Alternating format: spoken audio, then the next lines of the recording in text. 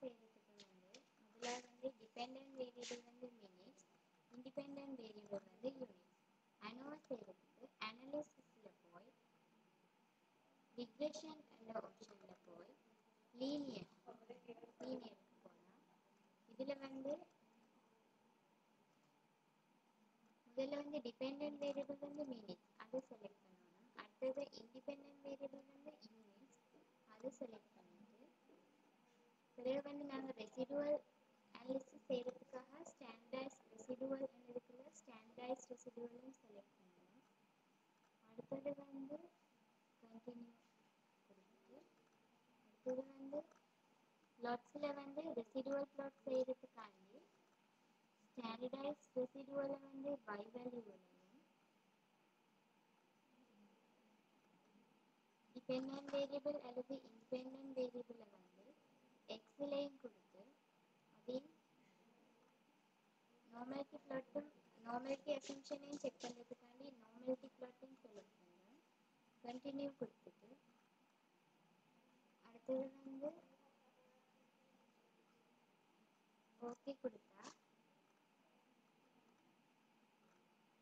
இதில் வந்து அனோவா வந்துடும். அனோவாவில் வந்து முதலாவது வந்து மாடல் சம்மரியை பார்க்கலாம். மாடல் சம்மரியில் என்னன்னா ஆர்ன்னு சொல்றது வந்து கோரிலேஷன் கோஎஃபிஷியன்ட்.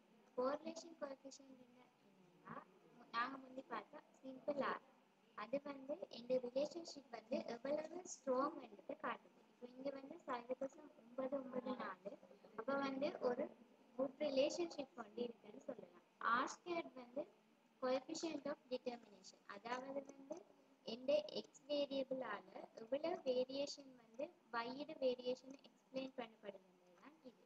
இங்க வந்து 98% வைடு வேரியேஷன் வந்து இந்த எக்ஸ் வேரியபிளால எக்ஸ்பிளைன் பண்ணப்படுது. அப்ப அதுவும் ஒரு நல்ல மாடல்னு சொல்லலாம். அடுத்தது வந்து அனோவா.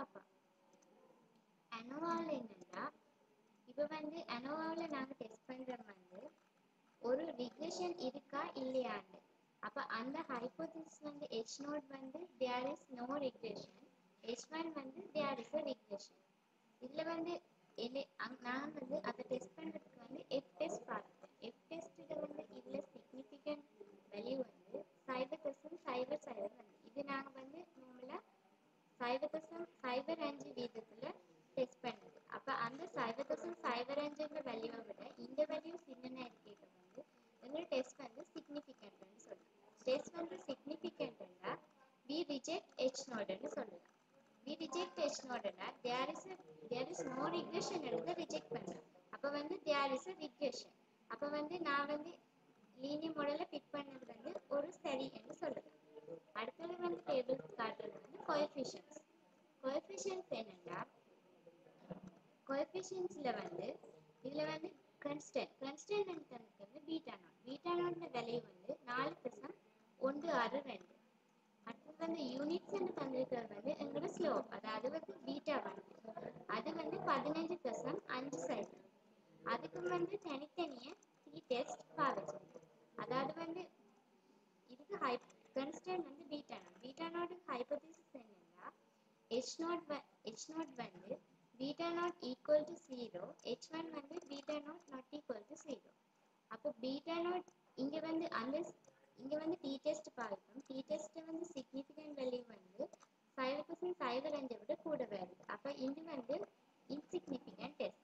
அப்ப டெஸ்ட் வந்து இன்சிக்னிஃபிகன்ட்னா we do not reject H0. அப்ப வந்து இந்த கான்ஸ்டன்ட் டேர்ம் வந்து 0வா இருக்கு.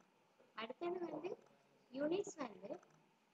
யூனிட்ஸ்க்குரிய டி டெஸ்ட்ல வந்து பீட்டா 1 வந்து 0வா இல்லையான்னு டெஸ்ட் பண்ணுறோம்.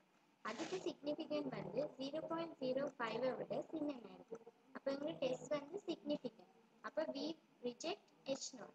அப்ப வந்து beta naught equal to 0 reject பண்ணா பீட்டா 1 ஈக்குவல் டு 0 ரிஜெக்ட் பண்ணா பீட்டா 1 வந்து 0 இல்லை. அப்ப வந்து அங்க ஒரு லீனியர் ஒரு ஸ்லோப் ஒன்று இருக்கு. ஒரு ஸ்லோப் ஒன்று இருக்க அங்க வந்து ஒரு லீனியர் ரிலேஷன்ஷிப் ஒன்று இருக்குன்ற மாதிரி.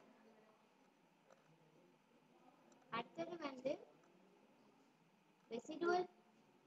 ரெசிடுவல் பிளாட்டை பார்த்தா ரெசிடுவல் பிளாட்ல வந்து இங்க வந்து ஒரு பேட்டர்னும் இல்லை. அப்ப வந்து இந்த நார்மலிட்டி இந்த வந்து எதை வந்து தி distributed independently randomly distributed என்றது வந்து இது satisfy பண்ணுது.